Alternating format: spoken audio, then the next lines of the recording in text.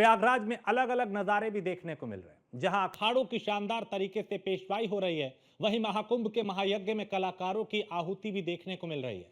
वहीं world record बनाने वाली शिखा ने रंगोली बनाई और क्या कुछ नजारा दिखा, वो सब आपको हमारे संवाददाता मोहसिन खान दिखाएंगे।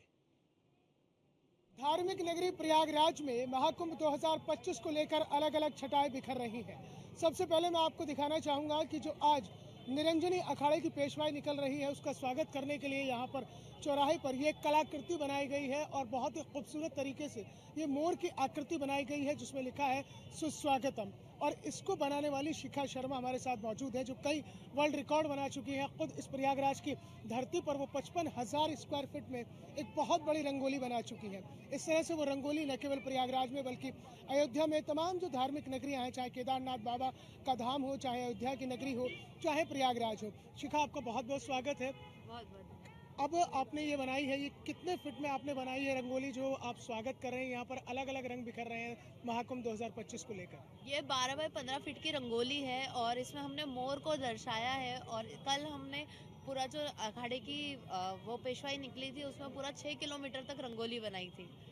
अब से पहले आप कितनी रंगोली बना चुकी है, कितने वर्ल्ड रिकॉर्ड आप बना चुकी हैं? मैं 12 वर्ल्ड रिकॉर्ड बना चुकी हूँ। रंगोली का तो अभी तक कोई अंदाजा नहीं, इतनी सैकड़ों रंगोलियां मैंने बना ली है। बाकी जो वर्ल्ड रिकॉर्ड है, सबसे बड़ी रंगोली है, वो हम 12 बना चुके हैं। 55,000 स्क्वायर फीट की, जो कि यहाँ पे बनाई थी प्रयागराज में। उसमें हमने संदेश दिया था स्वच्छता का, कि जितने 40 करोड़ लोग यहाँ पर आ रहे हैं, प्रयागराज को स्वच्छ बनाए रखिए, और महाकुंभ उसमें दर्शाया था।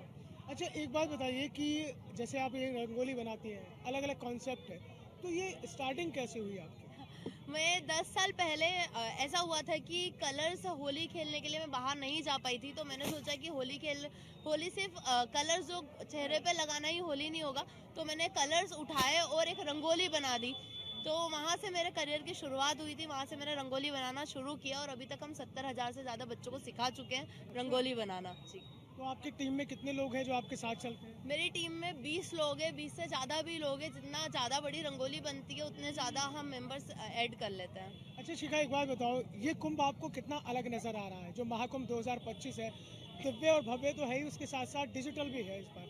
ये कुंभ महाकुंभ है, दिव्य है, अलौकिक है। इसमें इतनी सारी नई चीजें हो रही है। मुझे अभी पता चला कि यहाँ पर एक एप्लीकेशन भी हुई है, जिससे कि सारी चीजों का पता चल रहा है कि कहाँ पर हमें जाना है, और अगर कोई लापता भी हो रहा है तो उसकी भी चीजें बहुत जल्दी फाइंड कर पा रहे हैं। तो ये बहुत अलग है और डिजिटल कुंभ है, महाकुंभ है। बहुत अच्छा लग रहा है, नज़ारे बहुत अच्छे लग रहे हैं, और पॉजिटिविटी यहाँ की सच में बहुत अलग है।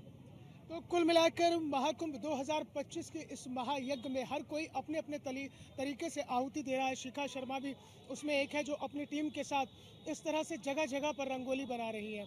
हर रोज़ वो प्रयागराज के अलग अलग कोनों में पहुंचती हैं और इस तरह की रंगोली बनाकर अलग अलग संदेश देती हैं, जो अब से पहले 55,000 स्क्वायर फीट में ये एक रंगोली बनाकर संदेश दे चुकी है कि महाकुंभ को स्वच्छ बनाए और सुरक्षित बनाए। तो कुल मिलाकर महाकुंभ 2025 निश्चित रूप से इंद्रधनुष छटा बिखेरता हुआ नजर आ रहा है। महाकुंभ 2025 में पंचायती श्री निरंजनी अखाड़ा प्रवेश कर रहा है और उसी प्रदेश का यह द्योतक है कि यहाँ पर जो है पेशवाई निकल रही है पंचायती श्री निरंजनी अखाड़े की, और यह इस बात का संदेश देती है कि पंचायती श्री निरंजनी अखाड़ा के जो साधु संत हैं, वो कुंभ में प्रवेश कर रहे हैं। ढोल नगाड़ों के थाप पर और गाजे बाजों के साथ में ये भव्य पेशवाई निकल रही है। सबसे आगे जो है इस तरह से जो है भगवान गणेश की स्तुति होते हुए, गणेश जी की स्तुति होते हुए, और इसके साथ ही साथ तमाम ढोल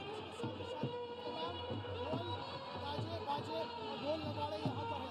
आगे की मैं एक और तस्वीर आपको दिखाना चाहूँगा कि इस निरंजनी अखाड़े की जो पेशवाई निकल रही है, उस पेशवाई का जो अगुवाई कर रहे हैं, वो सबसे आगे नागा सन्यासी होते हैं, और इन्हीं नागा सन्यासियों की अगुवाई में ये पेशवाई निकलती है। और इनके पीछे सभी जो धर्माचार्य हैं, जो आचार्य महामंडलेश्वर है, महामंडलेश्वर है, वो इस पेशवाई का हिस्सा बनते हैं। और ये पेशवाई आप देखेंगे कि जितने भी ये नागा सन्यासी हैं, सभी यह घोड़े पर सवार है और ये इसकी अगुवाई कर रहे हैं। आज निरंजनी अखाड़ा महाकुंभ में प्रवेश कर रहा है।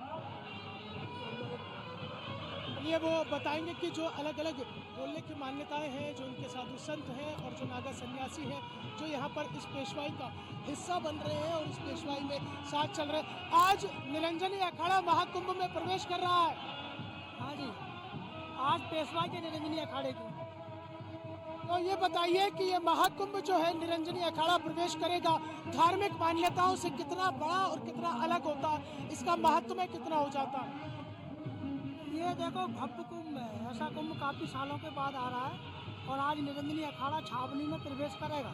अपने देवता को लेकर हम लोग जा रहे हैं। उस बात की ये पेश भी है, निरंजनी अखाड़े की पेश भी है।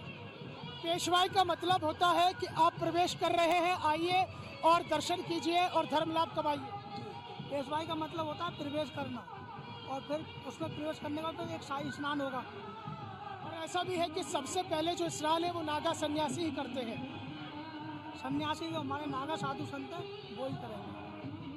तो ये भी इस तरह की मान्यता है कि जो सबसे पहले प्रमुख स्नान होंगे उन प्रमुख स्नान में सबसे पहला स्नान जो है वो नागा सन्यासी करते हैं, क्योंकि नागा सन्यासी ही हर अखाड़े के प्रमुख सन्यासी होते हैं।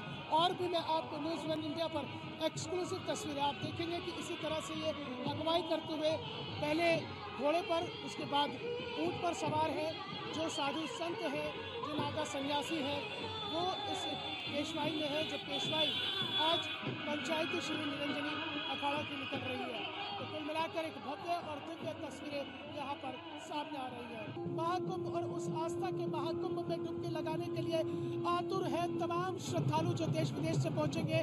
लेकिन जो धार्मिक परंपराएं हैं, धार्मिक आस्थाएं हैं, धार्मिक मान्यताएं हैं, उनके अनुसार सबसे पहला जो स्नान होगा उसमें जो भी अखाड़ा सबसे पहले स्नान करने पहुंचेगा उसमें सबसे पहले नागा सन्यासी पहले स्नान करते हैं। उसके बाद में साधुवाद आज निरंजनी अखाड़े की छावनी प्रवेश हो रहा है और जितने भी नागा सन्यासी है, साधु संत है, महामंडलेश्वर है, सभी छावनी में जा रहे हैं।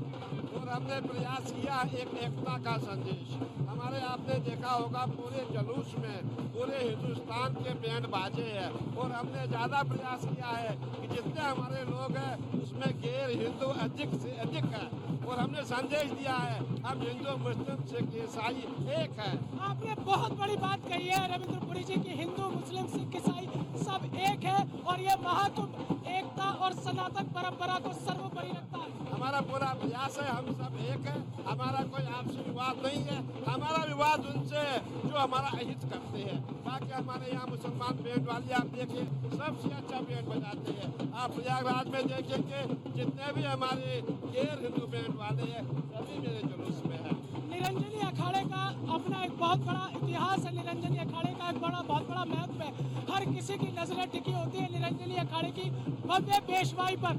देखिए आपने देखा होगा जो अपना फौजी होते हैं, फौजी कैंप होता है, फौजी छावनी, अम्बाला की छावनी, दिल्ली की छावनी, वैसे अब नागा सन्यासी जो है ये अपनी छावनी में जा रहे हैं, मेला छावनी में। और जहाँ पे इनको शिक्षा दी जाएगी, हमारा विजय यावन संस्कार होगा, हमारा श्राद्ध होगा, हमारा अपना पिंडदान होगा, हमारा स्नान होगा, नाना प्रकार की विधियाँ हमारे मेला क्षेत्र में होगी, जिसमें सभी साधु महात्मा हमारे साथ। ये महाकुंभ कितना अलौकिक और कितना अलग और कितना दिव्य भव्य दिखाई दे रहा है। देखिए ये जो महाकुंभ है दिव्य भव्य और स्वच्छ महाकुंभ है। 150 साल बाद ऐसा योग बना है जो महाकुंभ बना आया हुआ है। और मैं ये कहना चाहूँगा जो ज्ञात अज्ञात में हमसे पाप होते हैं उसको प्रायश्चित करने का ये सही अवसर है। सभी लोग आए, कुंभ का स्नान करें और जो भी हमसे कुछ पाप हुआ है वो पुण्य में बदल जाएगा। ये तो हमारे साथ अखाड़ा परिषद के अध्यक्ष और निरंजनी अखाड़े से जुड़े हुए रविंद्रपुरी जी महाराज जिन्होंने कहा है कि उनका किसी से भेदभाव नहीं है, सभी एक समान है और निरंजनी अखाड़ा अब प्रवेश कर रहा है। पंचायती निरंजनी अखाड़ा की पेशवाई वाद्य पथक नासिक महाराष्ट्र के ये कलाकार जो अलग अलग तरीके से वाद्य यंत्रों के माध्यम से जो इस पेशवाई में अनुष्ठान दे रहे हैं और यहाँ से इन वाद्य यंत्रों के जरिए जो है संत और सनातन शुरू होती है, वही शुरू होती है।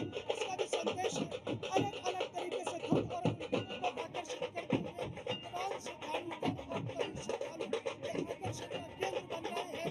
ये वाद्य पथिक नासिक महाराष्ट्र के कलाकार और आप देखेंगे कि किस तरह से धर्म ध्वजा जो पताका है वो संत और सनातन को सर्वोपरि करते हुए संत सनातन को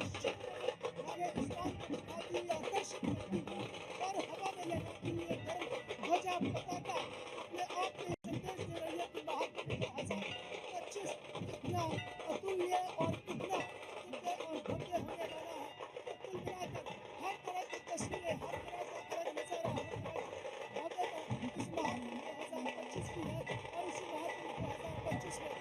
इसी तरह से अलग अलग राज्यों से पहुंचने वाले कलाकार इस महायज्ञ में अपनी आहुति दे रहे हैं।